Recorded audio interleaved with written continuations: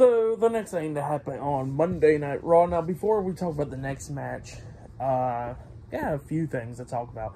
So, they played Bray Wyatt's tribute package again. The same one that they played on SmackDown. They played it tonight, which was still amazing that they're still paying tribute to Bray Wyatt. So, yeah, that was pretty great. And they showed us all of a sudden the lights go out and the rocking chair is rocking back and forth on the stage and everything with his old theme song playing when he first came into WWE as Bray Wyatt. So yeah, that was playing. So yeah, that was a pretty cool moment right there to pay tribute to the late great Bray Wyatt. But yeah, that's what happened there. And then after that, we see Kofi Kingston walk out the doctor's room where Xavier Woods is getting treated at, and then Drew McIntyre and Matt Riddle comes up and they want to check on Xavier Woods, and Kofi Kingston was like, he'll be fine, he'll kick out all this and all that stuff, and Drew McIntyre was like, my fault for doing all that, I didn't mean to do it. He goes like, look, I know that you ain't going to get a cheap shot, so you're all good. And then McIntyre was talking about how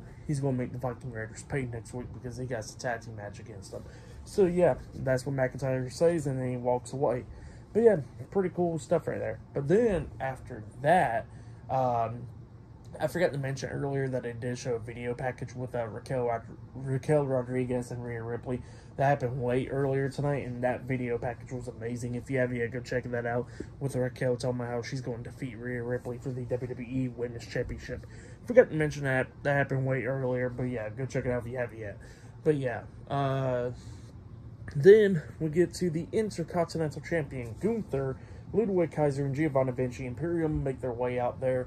Gunther stands on top of the announce table, and he starts talking about how last week on Raw, Chad Gable was the first ever man to defeat him in over 500 days, but he only defeated him by countout.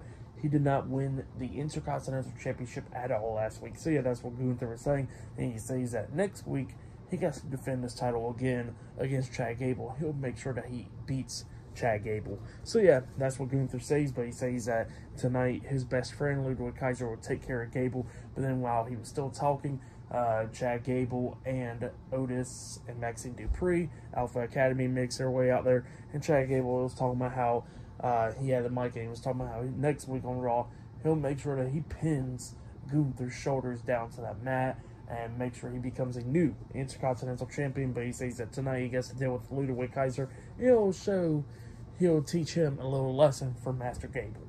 So yeah, that's what Chad Gable says. And then we get to the match. Chad Gable versus Ludwig Kaiser 1-on-1. Giovanni Vinci was at ringside. Gunther was backstage. And Otis and Maxxine Dupri was at ringside. This match, it was a pretty good match. It was going back and forth between these two guys. We get towards the ending where we see Chad Gable jump off the top turnbuckle with a moonsault onto Giovanni Vinci and Ludwig Kaiser outside the ring.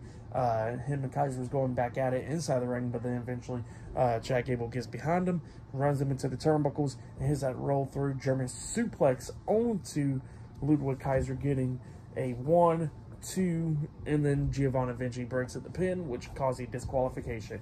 So yeah, Chad Gable defeated Ludwig Kaiser by DQ, and then Otis gets in there and he starts brawling with Imperium, but the numbers was too much and they threw him into the ring post shoulder first. So yeah, they took him out, and then they started beating the hell out of Chad Gable. Stuff Gable kept on trying to fight back, but the numbers was too much and they started beating the hell out of him.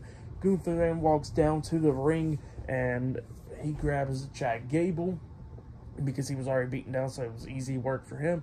Ludwig Kaiser and Giovanni Vinci turn their backs and stuff, not paying attention. Gunther then lifts up Chad Gable for the powerbomb, but Gable lands on his feet, sweeps Gunther down, tries to lock on the ankle lock up until Kaiser and Vinci notices it, and then they start beating down Chad Gable once again.